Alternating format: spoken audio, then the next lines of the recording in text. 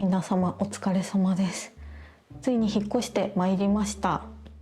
いつもとは違いますが、喋りながらお部屋だったりとか家具を紹介していけたらなと思っております。どうぞよろしくお願いします。で、一発目なんですが、こちら玄関です。玄関の靴棚はオープンにしました。開けるのすらもめんどくさいので、もうオープンでスッと入れられるようにしました。断捨離したので意外と靴とかは少なくてスカスカしてるので、このちょうど中段ぐらいには犬たちのグッズだったりとか、もう少しバスケットとか使って収納していきたいなと思っているところです。最初に申し上げなきゃいけないのですが、全然部屋が片付いていなくてですね、引っ越してきて2週間経ってないかなぐらいなんですけども、いつもの食べる系の動画を撮っているのですが、今回のルームツアーが新居での一発目の動画にしたいなと思っているので、なので少々生活感がだだ漏れてるところがあるかと思うんですが、ちょっと温かい目で見ていただけたらと思います。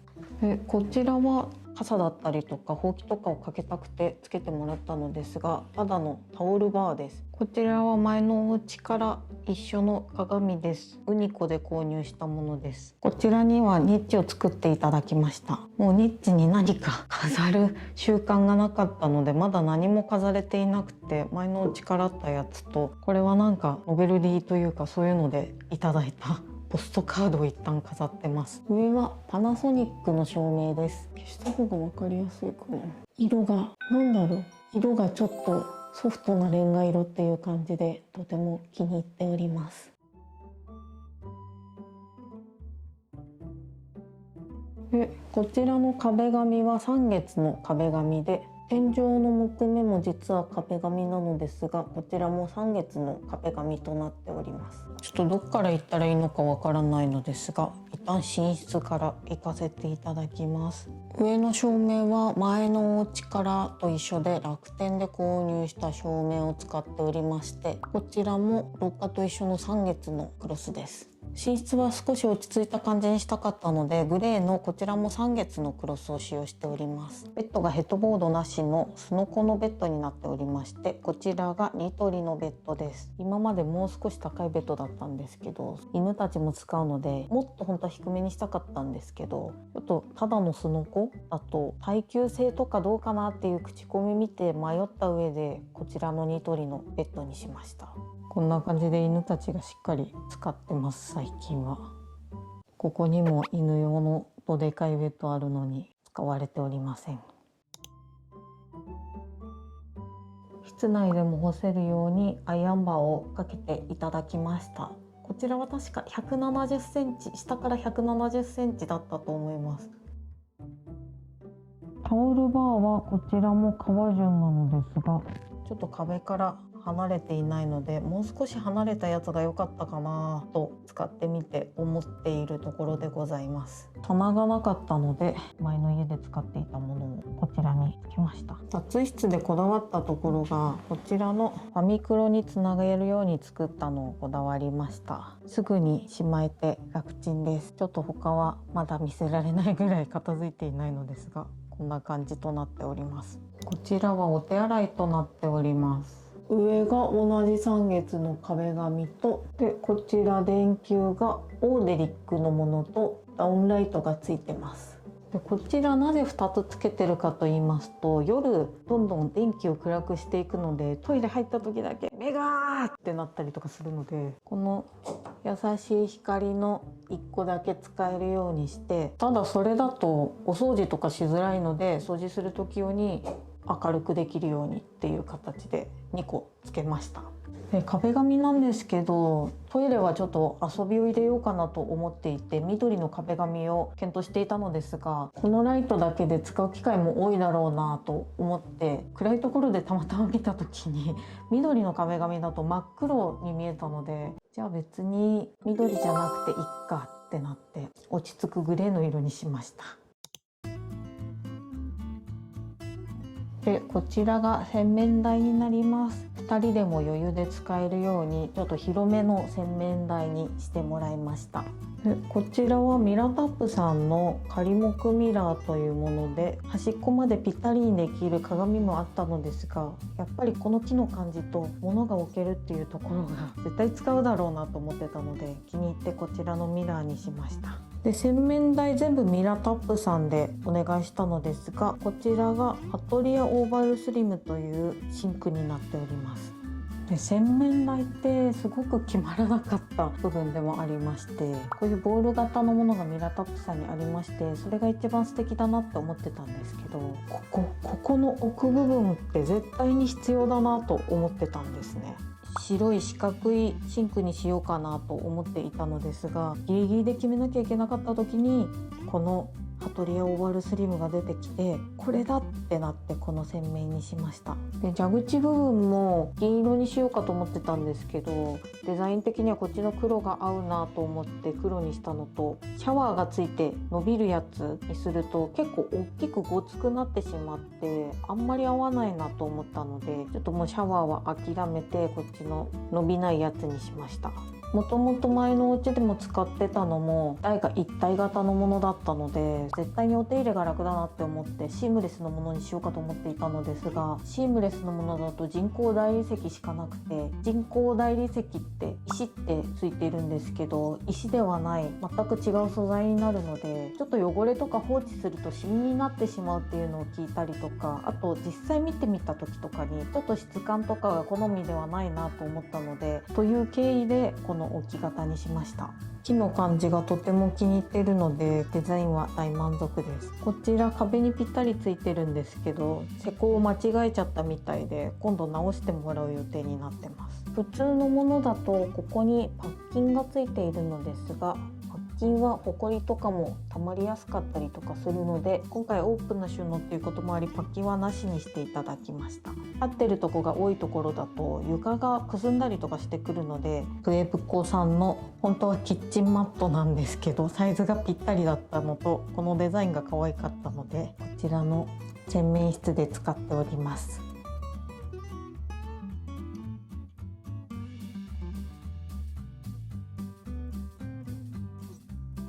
ちなみに扉はパナソニックさんの漆喰ホワイトです。壁紙の白に溶け込ませる感じにしたかったのでこちらを選びました。でメインの扉だけこちらのワイルドオークの扉にしました。他漆喰ホワイトにしたのはしつこくならないようにというのと、あと予算的にその方が抑えられたので他は白にしました。こちらこだわりポイントの一つなのが犬用のトイレを造作していただきました。大きいワンちゃん飼ってらっしゃる方とかだとわかると思うんですけど、トイレの掃除ってなかなか大変だと思うので、こんな感じでシャワーですぐに流せるようにしてみました。ちょっとトイレなので遠目から失礼します。で床なのですが、犬のおもちゃとかも落ちちゃってるのですが、床は全部クッションフロアとなっております。通りさんのクッションフロアで石目調のものを選びました。もう犬を飼っていると滑らないのが前提っていうことで、もう床探しにはすごい苦戦したのですが、どんなに調べてもやっぱり一番は布状のラグみたいなのが滑らないって出てきたんですけど、やっぱり清掃性と滑らなさっていうのを兼ね備えたこのクッションフロアになりました。こちらが一番こだわりましたリビングとキッチンになっております。テーブルは前と変わっていないです。前の家と一緒のモモナチュラルのものをそのまま使用しております。上も同じ木目調の三月さんの壁紙です。やっぱ遠いのでね、全然わからないです、壁紙っていうのが。でこのファンはオーデリックのもので、この照明もオーデリックのものになります。こちらがダイニングとなっておりまして、リビングよりも生活していることが多いです。だいたいこちらとかで今は寒いので仕事とかをしています。で家が寒すぎるので新しくデロンギのオイルレスストーブを購入しました。これ静かですし、すごいあったかいっていう感じではないんですけど、寒くないっていう感じにしてくれるので気に入ってます。でこのチェストも前の家から持ってきたもので、ウニコで購入したものです。でこれは朝晩やるストレッチポールと、こちらビーズクッションなんですけど、無印のビーズクッションがへたれてきてどうしようかなと思いまして、ニトリのビーズクッションカバー台をつけたところぴったりだったので、犬たちも使うのでこちらを引き続き使用してます。うちはソファー昔あったんですけど、買っても犬たちしか使わなかったのでビーズクッション生活をしているのですが、こちらは人間用です。でも犬たちが普通に使い始めてます。時計はフライミーさんで新調しました。あと前のお家からあるチュピサンタスです。でこちらなんと夢だった中庭を作ってしまいました。よいしょ。重い。前回のお家でベランダ飯がちょっといろいろな条件が合わなくて、どうしても使いづらくてあんまりできなかったので、今度からはベランダ飯ならぬ中庭飯をしていきたいと思っております。ここで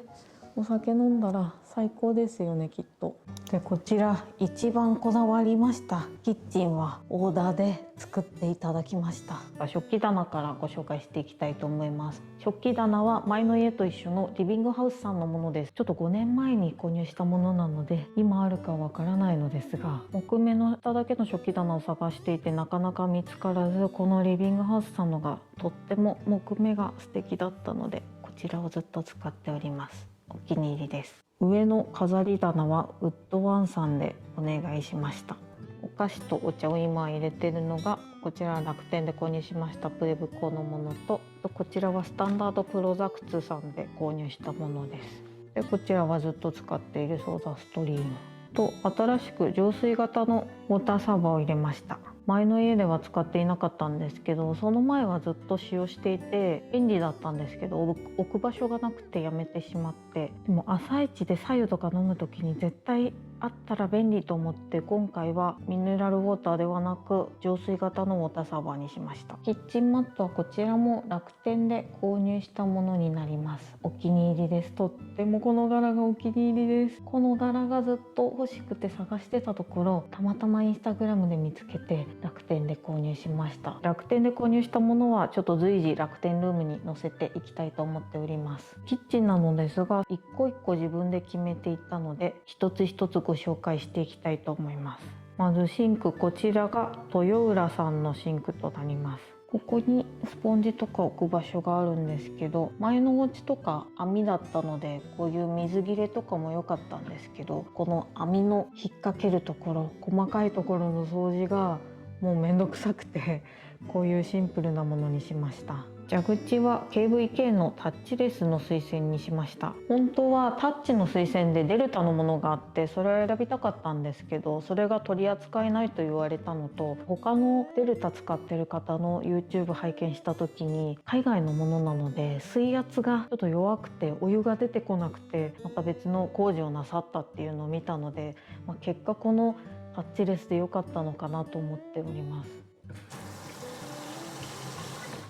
ストレスがなく使えてるかなと思ってます。結局タッチレスでも温水とかに変える時はここの部分触るから意味ないよみたいな YouTube も見たんですけど、全然意味あります。絶対にここで操作しなきゃいけないっていうのがなくなったので、すごい綺麗を保ててます。前の家よりも。まだ引っ越してきたばっかりなんですけど。天板は愛花さんのクォーツにしました。こちらも洗面台と同じ理由で人造大理石で石が良かったのでこちらにしてもらいました。この暗すぎず明るすぎずの色合いがすごく気に入っております。セラミックもいいなと思ってたんですけど、やっぱりあれも大きいタイルなので割れることもあるよって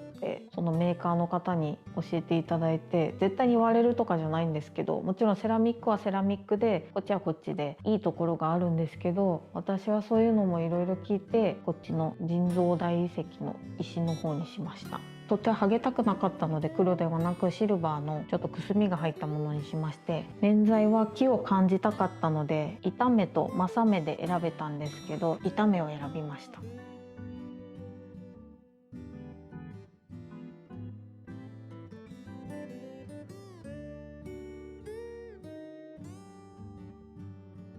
これすっごくギリギリまで悩んだんですけど、 IH かガスか。今までずっとガス使ってきたので、やっぱガスが使いやすいかなと思ってガスにしました。これも永遠の課題ですよね。 IH だとやっぱりお手入れが絶対さっと拭くだけなので楽ですし、ガスはガスで目に見えて使いやすいなっていうのと火力が高いので、悩む方も多いかと思うんですけど、もう最後は自分がどっち使いたいかっていうのでもうガスにしました。ここの排気口もカバー使っていたのですが、お掃除とかがとっても面倒だなと思っていたので、グリルレスのものでハーマンです。こちらはここでカチッとやって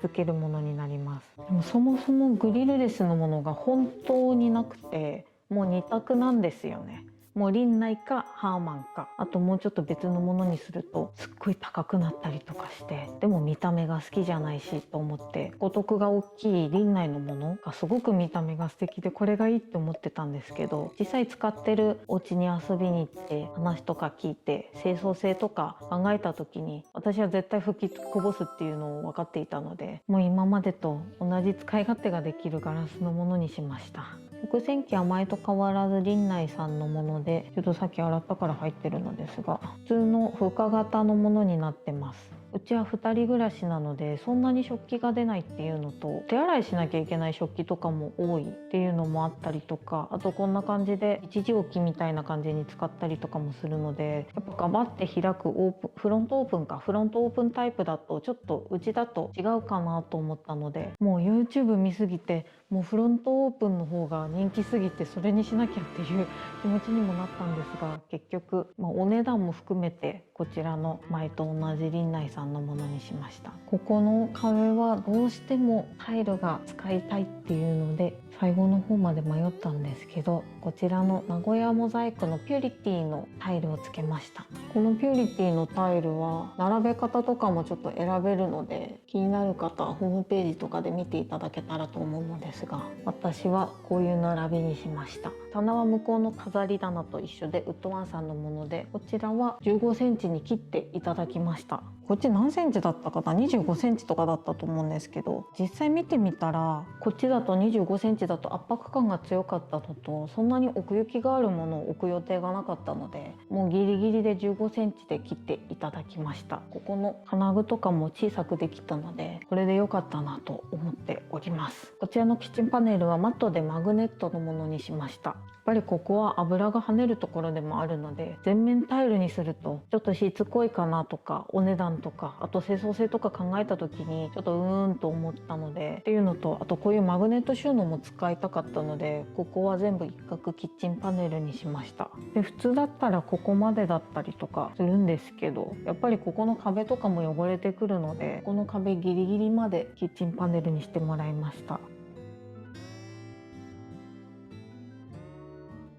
レンジフードは富士工業さんのものです。特にこだわりはなく選んでいただきました。こちらがずっと欲しかったパントリーです。まだ全然片付けられていないのですが、こちらもやっぱり忘れてたみたいな食品とか出てきちゃうかなと思ったので、オープンの棚にしてより見えるように無印のステンレスのものにしております。たくさん収納作っていただいたのですが、まだ余裕がある感じなので、この辺はまたやっていきたいなと思います。大好きなクラシックのストックと、この間ハイネケの方が送ってくださった樽のビールです。ここはよく使うホットプレートゾーンです。大きめのホットプレート、中くらいのホットプレートと網焼きとか、今までよく動画で出てたものをここに使用しております。あ、ここ剥げてるじゃん。大きめの鍋とかここに入れておりまして、まだちょっと余裕があるので、ここもまた要相談って感じです。で、ここはもうホットプレート置きたかったので、奥行きを40センチにしまして、ここは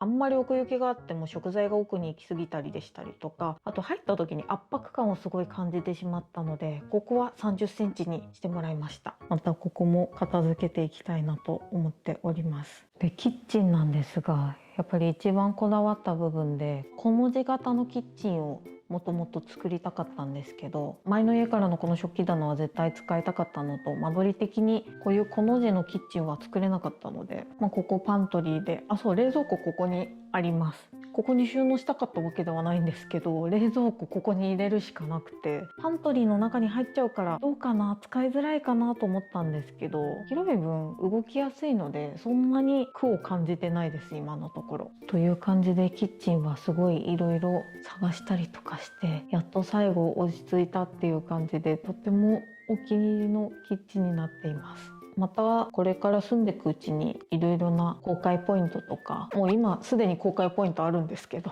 いろいろな使いにくさとかもしかしたら出てくるかもしれないですが、今のところはもうすっごい満足してます。自分の理想のキッチンができてすごく満足しております。でやっぱり家づくりの時にルームツアーとか見させていただいた時に、壁紙でしたりとか照明でしたりとかいろいろなもののメーカーが分かったりとかするのがすごく参考になったので、今回はなるべく詳しく話すようにはしました。これ紹介してない。ここの上の照明はオーデリックさんのものにしました。私はペンダントの吊り下げるのがそんなに好みではなかったので、こんな感じのライトにしまして、あとレールにしたので他の照明に付け替えたりとかもできるので、このレールにしました。普段メインチャンネルでは基本的には喋っていないので、すごい緊張したのと、ちょっと分かりにくい部分がないかなっていうのが不安なのですが、こんな感じでルームツアー終了したいなと思っております。もうすでにいつもの晩酌系の動画は撮っておりまして、次回からまたその動画が投稿予定となっております。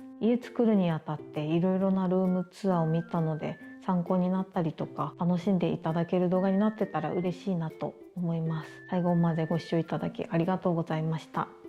お疲れ様です。